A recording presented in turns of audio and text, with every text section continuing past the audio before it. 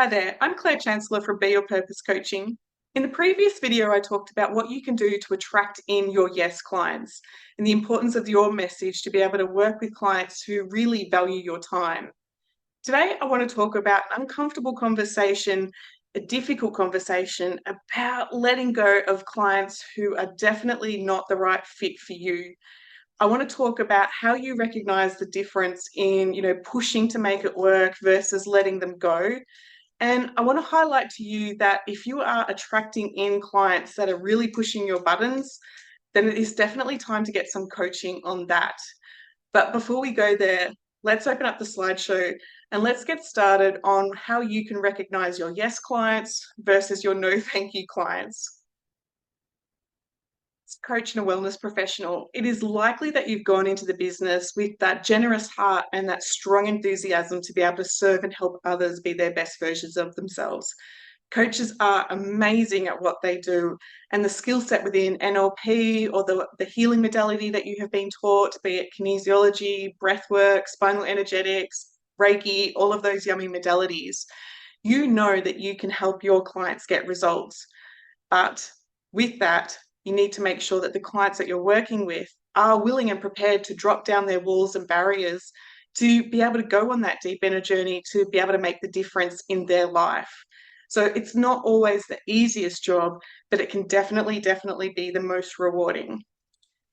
Now, if you're noticing yourself feeling depleted in your business, it is likely that you are saying yes to people when you really should be saying no.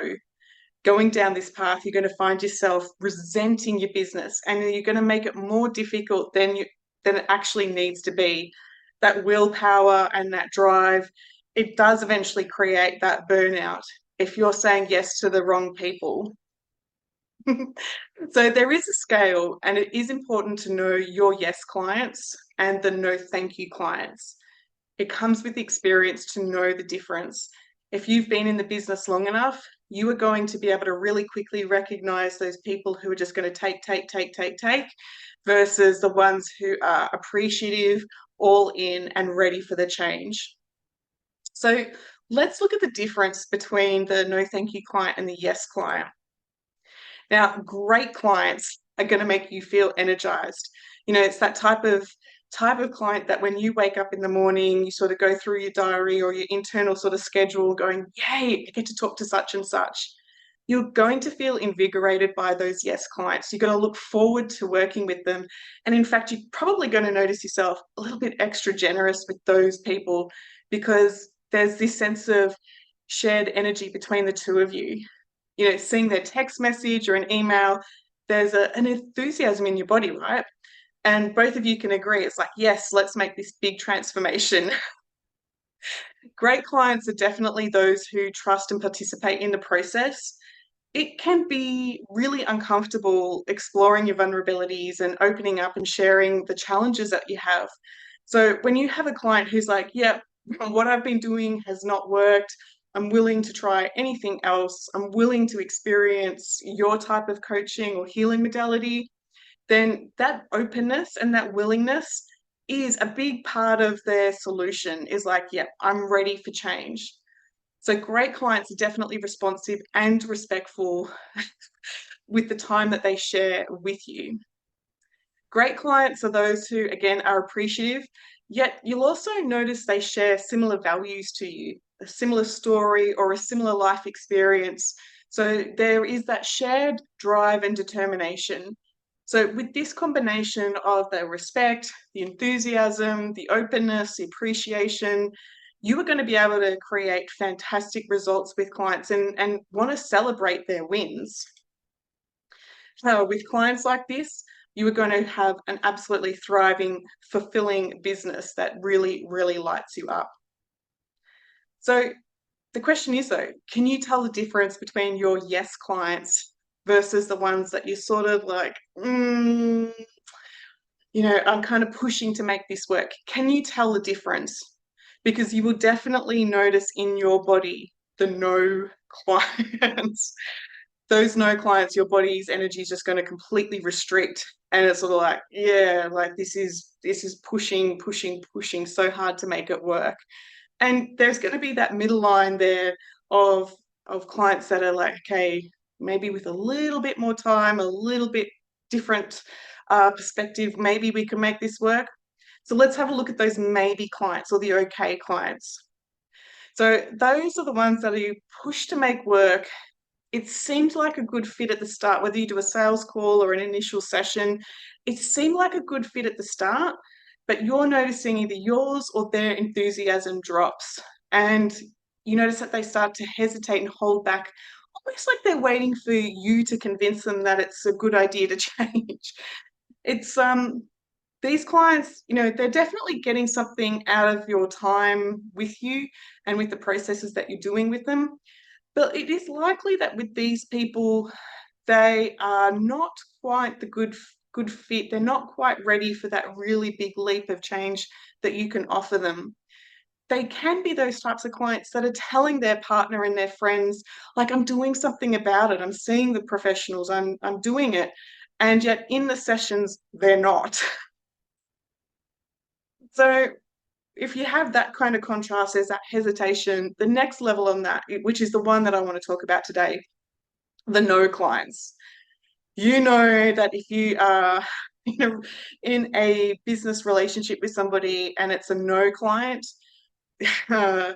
those no clients are incredibly difficult to work with. I have seen some of my clients cry about these clients, and it's just like, why do people have to make it so difficult? So those no clients, the telltale signs, the red flags, those are the ones that expect you as the coach or the wellness professional to fix them.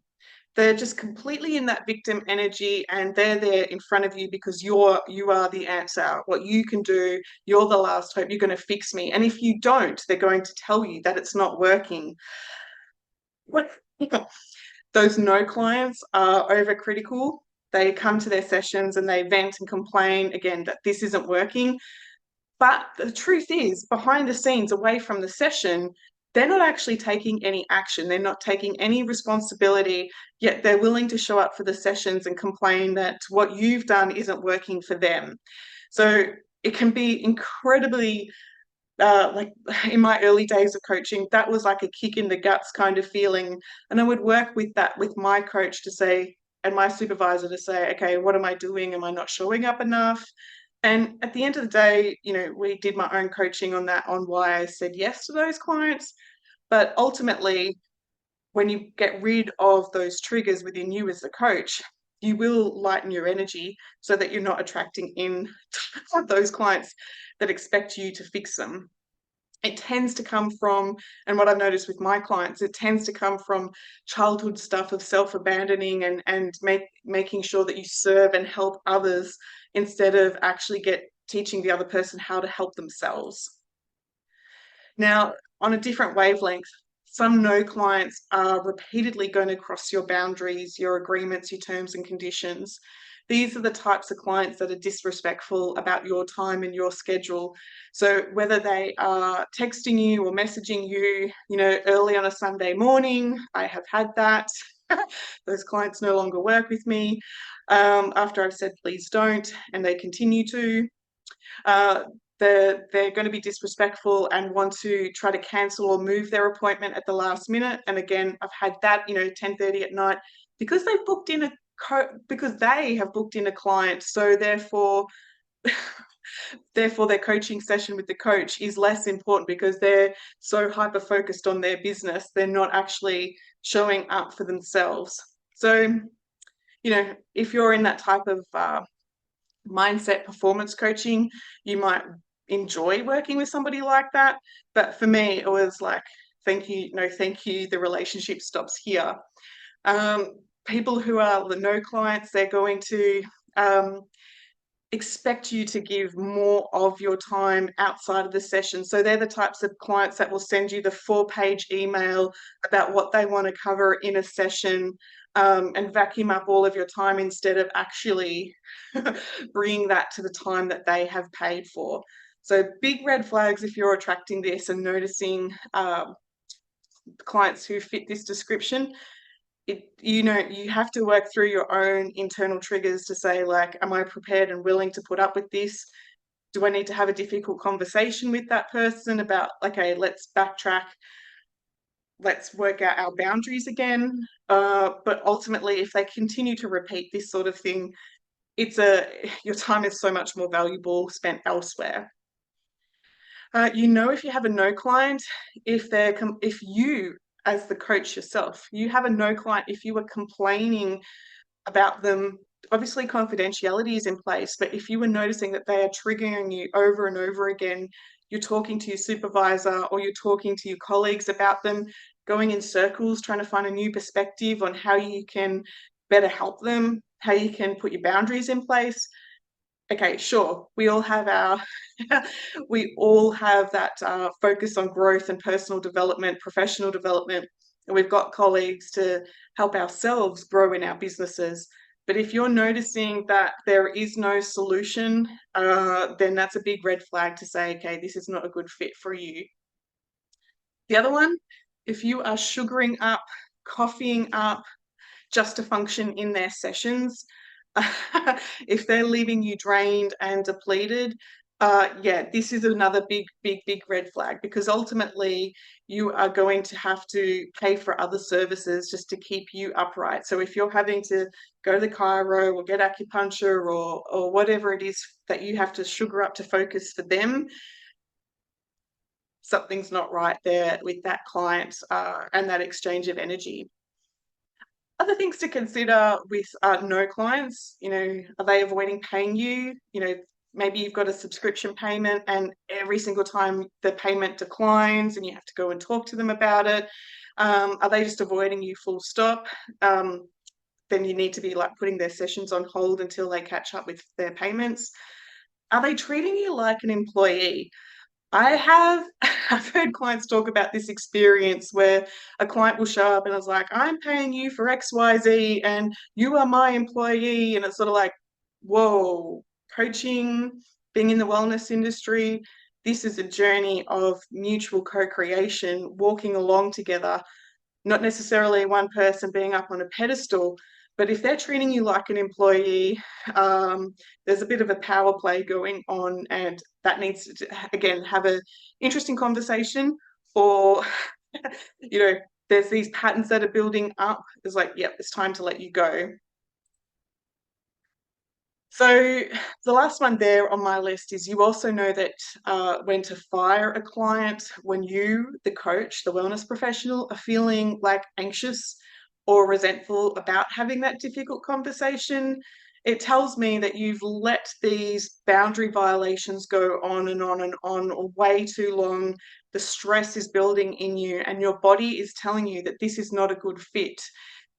Your body will be telling you whether or not you get headaches, tummy pains, back pain, any of those sorts of things, fatigue, that you are avoiding the difficult conversation instead of just freeing yourself, freeing them, and letting that situation come to a close. I'm going to say that the rapport would have definitely been broken by now if you're showing up stressed and anxious to their sessions. And so if the rapport is broken, like, again, you've let this go way too long. I know for myself in the early days, if somebody had messaged me, as I said, like early on a Sunday morning or repeatedly, I had my phone on because I had a relative in hospital. So it was actually waking me. Their mindset was, well, you'll check your emails or your phone on Monday morning, but I had all phones on, waiting for some dire news from that person from a relative being in hospital. And so for me, yes, it was my responsibility to have my phone on silent, but it was also just this consideration that there was no helpful way of texting or emailing me 6 a.m. on a Sunday morning and then expecting me to show up to help them, being sleep deprived and when they were just taking, and it was just those little red flags that for me highlighted that this coaching relationship is not one of co-creation, equal respect. So there's the patterns that build up. It's not necessarily one big whack of a problem. Now, how do you actually fire a client or let them go? I had fun putting this picture with this particular slide, but obviously you are not going to approach the situation with aggression. But boy, oh boy, like if you've let it get to that simmering, resentful, stressed stage, you may actually want to get really loud. It's not going to be beneficial. And you definitely need to explore why you attracted that client, what you were avoiding as a coach. Um, you need to be able to discharge that reaction response in you, so that when you do when you do approach that client, it is within a calm, neutral manner. Now, my tips for you, if you're going to actually have the difficult conversation, is obviously avoid getting emotional or reactive. I'd be sticking direct and stick to the facts. Make it clear that it's not personal. In fact, it's about identifying your modality, the processes that you use, and continuing that relationship, continuing coaching with them with the way that things are. It is not going to be beneficial with what you know about your modality around the corner. If it's just a personality clash, and you wouldn't mind referring them onto a colleague because you know that they're going to be a better fit, then I would definitely recommend another practitioner who may be a better fit. But if this person is just downright, nasty, disrespectful, then don't put that onto a colleague. Some statements that you can use to fire a client or to let them go is to simply state that your business is moving in a different direction. So whatever they've come to you for is no longer a fit. It's no longer your focus. It's about admitting to say, like, I'm not the best person to help you with this next chapter. It's about saying, like, the type of assistance you need is outside of my expertise. And truth be told, most people are actually relieved when somebody else has called it quits. It's not admitting defeat, but there's a sense of relief of like, oh, okay, you get that it's not working, I get that it's not working. And you may, by allowing the other person, the client, to know your boundaries and to show them how to have boundaries in place, you are probably going to teach them to have the boundaries that they require in their day-to-day life.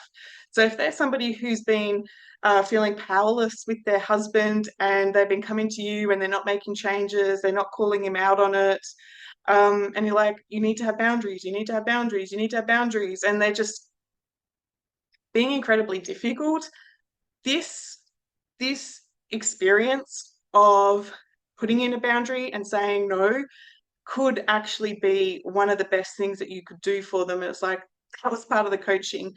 Take the experience, learn what it's like to hold your space, to value your time, and go do that with the people outside of you.